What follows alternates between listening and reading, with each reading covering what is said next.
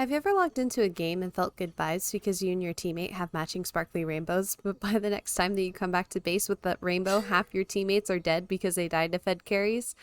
Then you don't know what to do and end up deciding to take matters into your own hands. So you race halfway across the map, only to remember that you are the support. But you're already there, so you fight the fed carries and you almost win the 1v1. And you hope that your teammates can salvage it, but they just don't. Yeah, I can't relate. But then there are other games where you're playing really well with your team and you feel like you're actually making a difference and it feels awesome. And the question that you have is, how do you make sure that you're creating a fun experience for yourself no matter what scenario you're in? Well, keep watching to find out.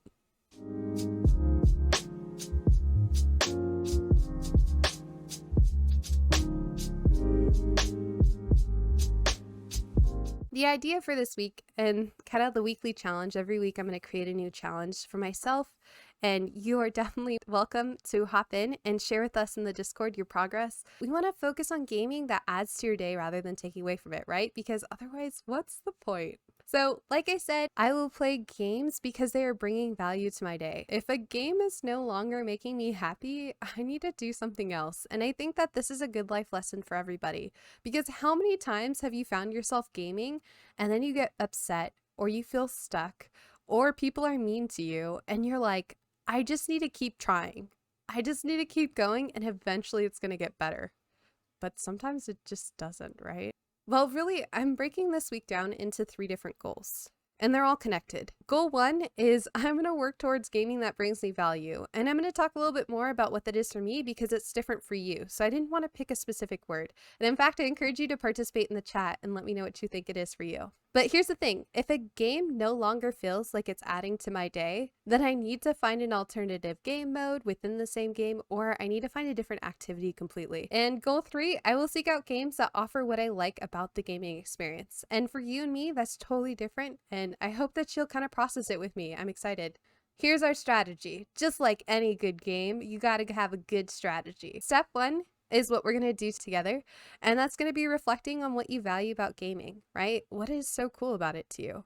Step 2, we're going to compose a list of games that offer you those experiences. And I really recommend this, whether you write a list on your phone, a sticky note on your wall, that's my personal favorite, or writing in a reflective journal. I think that this is actually going to increase and make your gaming experience better. And then step 3, play the games on your list and adjust as needed to meet your personal desires. Maybe you think that a game is really great for you to have fun, and then you realize it really isn't, and that's okay too. In order for us to figure out how games bring you value personally, we need to figure out, why do you game? So here's some questions, and feel free to participate. I'll share my story out loud, and in the chat, if you want to share your story, I would love to hear. Our first question is, what do you define as gaming? Because I feel like for me, gaming has been a combination of things. It's been Pokemon card game when I was a little kid. It was Game Boy Advance console games, the Nintendo. I've been a huge Nintendo fan, although I played PlayStation to play Kingdom Hearts. What can I say? And I'm aging myself right now, but I loved Dance Dance Revolution. Here's my next question. What first brought you into gaming? What was the first allure for you? For me, the first thing that really brought me into gaming was I loved watching Pokemon. Like, when I say that, I had to convince my dad behind my mom's back, hi mom if you're watching this, to let us watch Pokemon because I thought it was the coolest thing ever. Because of that, I eventually learned that there were games and trading cards, and I had to have them all. From there, my first PC game, like on the internet, was for sure old school RuneScape. I grinded on that game. I played old school toaster, dial-up internet RuneScape in my parents' bedroom. What can I say? The next question to ask yourself for why do you game is, what kind of games do you like and why do you like them? I like games that I could play with multiple people. That's what I learned. I really love them. Anything that lets me play with friends, I'm totally into it. Or really calming games. If it's a solo game, it's got to be calming, turn-based strategy, one of those. Here's the next question. In order to understand why you like to game, what do you not like? Like, what is a game that no one will ever find you playing? Unless someone forced you to. For me, it's a FPS, which is also known as a first person shooter.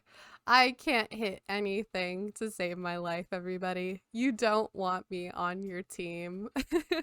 I've never played Destiny or Valorant or anything like that. And personally, I don't really find a lot of joy in those games because I could always learn, but I'm just not good at it. So here's the final question. When you kind of were considering leaving a game or a type of game, but you decided to stay, or you came back to a game over and over again, why did you stick around? Why did you choose to keep playing the game? That's a really key question to ask yourself.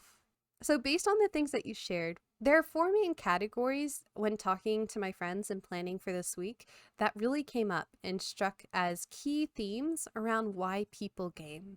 The first one is achievement. You know you like to game because of achievement, because you are the person that, like you said, wants to complete it. You've got to beat every boss battle. When I played Spyro growing up, it was like finding every egg, collecting every gem. You are a person who wants to reach the top right. You achieving things and feeling that feeling of success is key. And it's the thing that brings you joy and keeps you coming back. If so, probably connected to achievement somehow.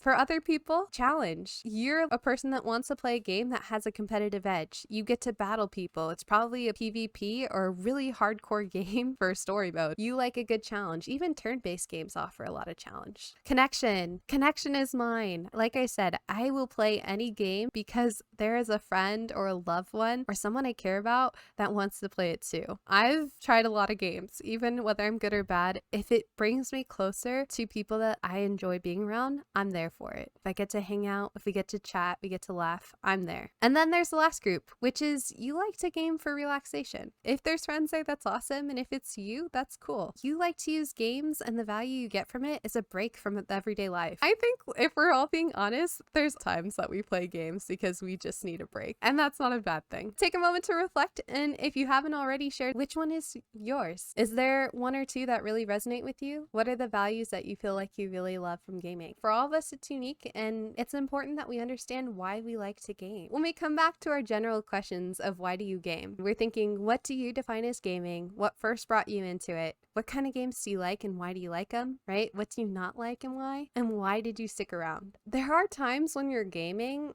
and it's just not going well. You get stuck, you can't beat a boss, you can't beat a level, you can't rank up, or your friends don't want to play. And all of these things that encourage you to play the game kind of fade into the background because we all know what's happened to us. Let's be real. What do you do when you are gaming, but it stops offering the value that draws you in? How do you respond to that?